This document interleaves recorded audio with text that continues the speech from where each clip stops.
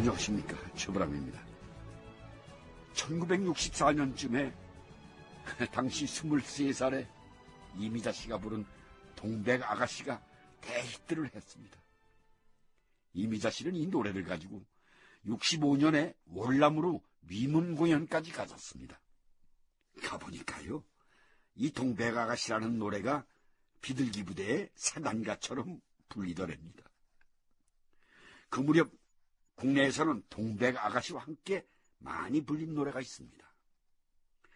자유통일 위해서 조국을 지키시다. 조국의 이름으로 님들은 뽑혔으니 그 이름 맹호부대 용사들아. 가시는 곳 월남 땅 하늘은 멀더라도 한결같은 결의 마음 님의 뒤를 따르리라. 예, 당시 초등학생들이 가장 열심히 따라 부른 맹호는 간다라는 노래입니다. 바로 이때를 시작으로 우리 한국은 8개 부대, 연인원 30만 명에 이르는 병력을 월남에 파병하게 됩니다. 월남 파병은 한국군이 단연 많았다. 한국군이 5만 명이었던 1966년 당시 오스트레일리아 군대는 4만 5천 명, 뉴질랜드는 150명, 태국은 17명에 불과했다. 그렇다면 이른바 실리 때문에 선택했던 월남 파병으로 한국은 무엇을 얻었을까? 월남에 도착하니 미국군과 월남민들의 환영이 대단했다. 이때부터 대한민국의 남아로서 긍지가 생겨나기 시작했다. 그러나 이것이 끝이 아니었다. 그날 식사 시간대 일이다. 당시만 해도 우리나라 병사들의 급식이란 그 질이 말이 아니었다. 보리가 많이 섞인 밥에 부식이라곤 콩나물국 정도였다. 쇠고기, 돼지고기는 구경도 못했고 기껏해야 비린내 나는 생선 조각이 전부였다. 그런데 월남에서의 식사는 양이나 질이나 모두 1류급이라 농촌 출신의 병사들로서는 처음 먹어보는 진수성찬이었다. 무슨 거야? 자, 지금부터 시레이션을 지급하겠다. 여기에는 각종 통조림에 심지어 커피, 초콜릿, 담배까지도 들어있다. 생전 처음 먹어볼 것이다. 맛있게 먹고 맡은 바 임무를 다 해주길 바란다. 월남 농촌의 형편은 꼭 우리나라의 빈촌과 같았다. 더욱이 전쟁 때라 굶주린 피난민들은 행렬을 지어 이동하고 가건물에서 사는 사람이 대부분이었다. 그에 비하면 한국군 부대 주둔지는 천국이었다.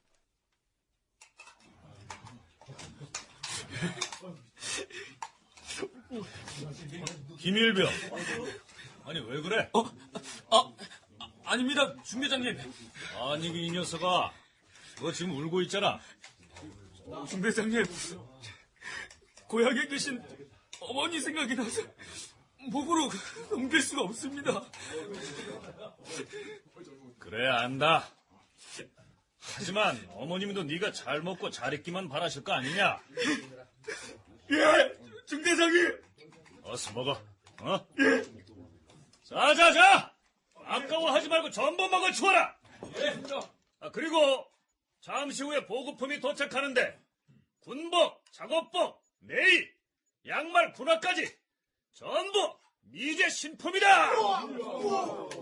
뭐든 아끼지 말고 먹고 아끼지 말고 입으면서 전투에 임할 수 있도록 알겠나? 예! 월남에서의 한국군의 처우는 미군과 똑같았다. 덕분에 미국인에 대한 비굴한 느낌도 지워갈 수 있었다. 그러나 미군 측에서 처음 내놓은 안은 그런 것이 아니었다. 아니, 뭐요? 급식비를 한국군이 본국에서 지급받던 수준과 똑같이 주다뇨? 한국군이 월남으로 빌어먹으러 왔습니까? 빌어먹어요? 그게 무슨 말입니까? 그렇지 않고요.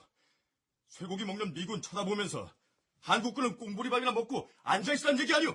이 장군, 이건 내가 결정한 사항이 아닙니다. 본국의 정책입니다. 나도 거기에 따라야 합니다. 노! 우린 그렇게 못합니다. 지금 이 자리는 교섭하는 자리입니다. 당신네 안을 통보하는 자리가 아니지 않소? 충분히 이 자리에서 수정할 수 있는 겁니다. 이건 한국군에만 해당되는 내용이 아닙니다. 모든 참전국에게 적용됩니다. 이건 한국군의 자존심을 몹시 손상시키는 일이요. 우리의 적이 노리고 있는 것이 바로 이런 점입니다. 베트콩이 뭐라고 선동하는 줄 아시오? 서양인은 동양인을 멸시하고 지배하려 든다고 자극하면서 적개심을 불러일으키고 있어요. 그런데 미군과 한국군을 그런 식으로 차별할 수가 있어? 이게 무슨 연합군이요? 알겠습니다. 본국에 전달해서 틀림없이 그렇게 결정되도록 하겠습니다.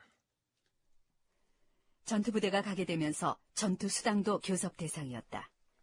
대령은 하루에 6달러 50센트, 일병은 1달러를 받게 된 것이다. 이것을 연소득으로 계산하면 360달러. 우리나라 1인당 GNP의 3배에 해당하는 돈이었다.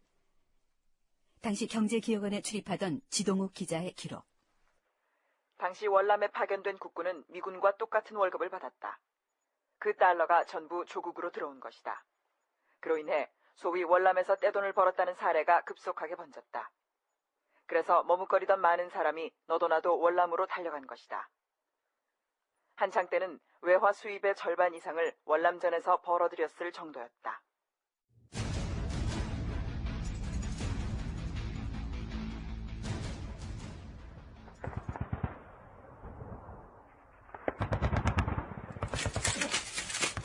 중대장님, 저기 밀고 들어오고 있습니다. 대응하지 마라. 한 발 더 쏘지 말고 기다려. 월남에서 한국군이 편 작전의 개념은 중대 단위 전투였다. 당시 장병들이 용감히 싸운 것은 물론이지만 상당한 전과를 올릴 수 있었던 가장 큰 비결이기도 했다. 중대가 독자적으로 작전을 펴는 것이었다. 최명신 주월 사령관이 쓴 중대 전술기지 개념이라는 특수 전법에 대해 처음에는 미군과 베트남군이 반대하는 입장이었다. 최명신 장군의 말. 이게 중대 단위로 할 수밖에 없는 게 미군이나 월남국 같이 세대나 연대 단위에 있을 것 같으면 그게 포만 들어가게 되는 게 혼란 빠지는 거야.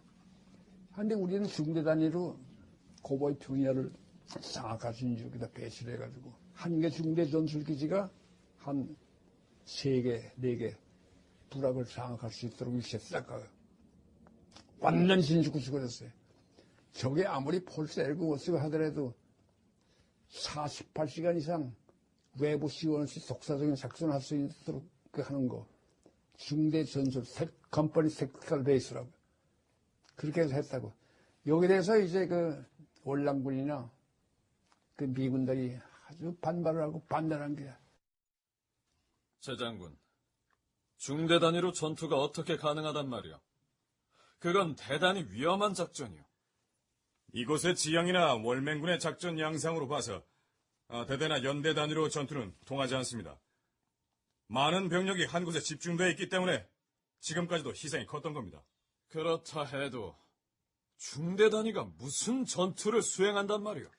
48시간 이상 외부 지원 없이 전투에 임할 수 있도록 준비만 갖추면 됩니다. 나는 한국 전쟁 때부터 중대 단위 전투로 성공했소. 나를 믿어도 좋습니다. 한국군은 내가 책임지겠소. 어디 한번 봅시다.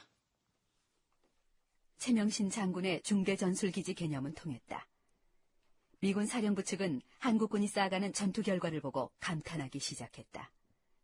한국군의 그런 전과에 대한 미 하원의 증언록에 실려있는 하원 국방위원장의 증언. 한국군의 전술과 미군 전술과는 중요한 차이가 있다. 한국군은 적으로부터 사격을 받으면 즉각 2개 내지 그 이상의 방향에서 공격을 가하여 베트콩이 도망칠 기회를 주지 않았다. 미군은 적으로부터 사격을 받으면 뒤로 물러나 포병 지원을 요청하거나 공중 폭격을 요청한다.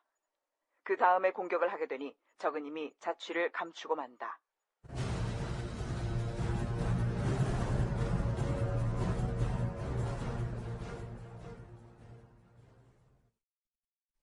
한국군이 월남전에서 세운 공로들은 하루가 다르게 쌓여갔습니다. 그야말로 한국군은 군인으로서 모든 면에서 미군과 동등한 입장이 된 것이죠. 미국 입장에서야 어차피 한국군과 같은 우방이 필요했거니와 용맹스럽게 싸우는 한국군에 매료될 수밖에는 없었겠죠. 그래서였을까요? 우리가 전투부대를 월남에 보낸 지 한 달 만에 미국은 또다시 추가 파병을 요청합니다.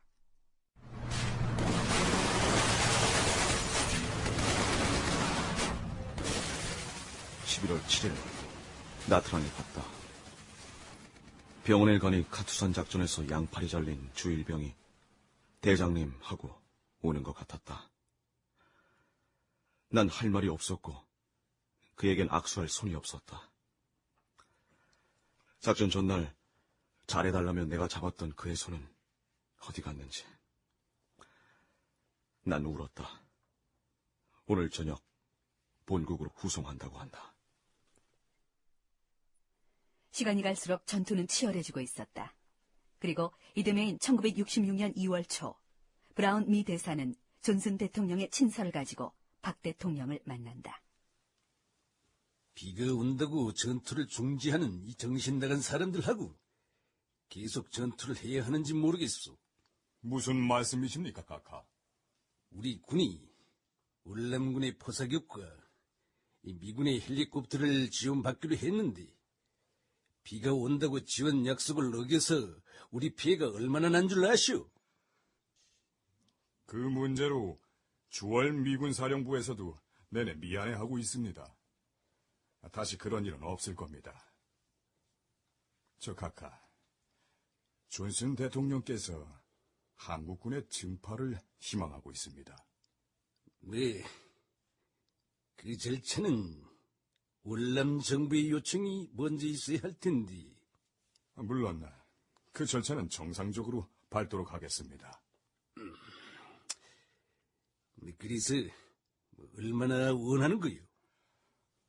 많을수록 좋지만 우선 일개 사단을... 얼마 전에 동아일보를 보니까 그 한국군의 근무수당이 월남 군인의 5분의 1에 불과하다고 지적했던데. 그 한 병사가 죽었는데 그 호주머니에서 14달러 10센트가 나왔다고 합디다. 일개 사단씩이나 증파를 하려면은 그에 걸맞는 대가가 있어야 할 것 아니오? 카카, 그 문제는 이동원 외무장관과 협상을 통해서 정리하겠습니다. 대통령이 돼가지고 얼마를 달라, 얼마를 내놓으라 이 조목조목 말할 수도 없고. 이 장관과 함께 마무리를 지으시오.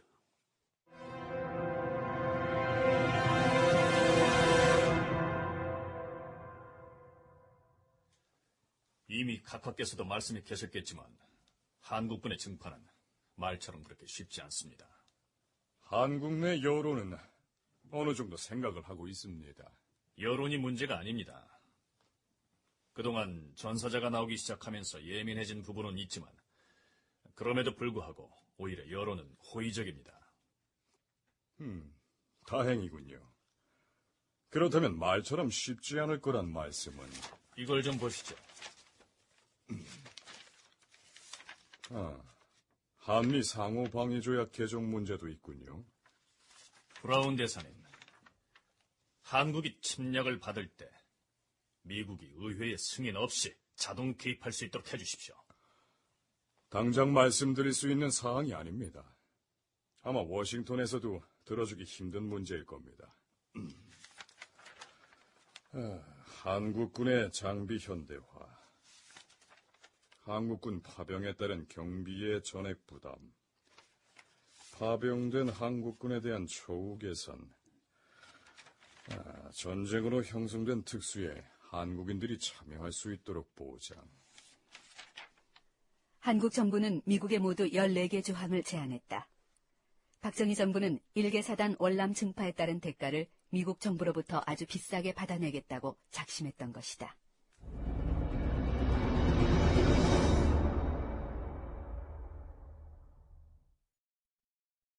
이동훈 외무장관과 브라운 대사는 파병에 따르는 경비 부담이라든가 또 파월 장병의 처우 개선을 보장하는 내용을 문서로 만들었습니다.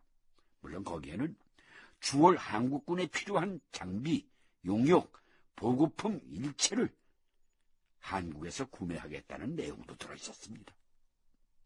브라운 주한 미 대사가 미국 정부를 대표해 서명한 이 문서가 바로 브라운 각서입니다. 그리고 그 각서는 우리에게 월남 특수를 가져온 보증수표가 됐습니다.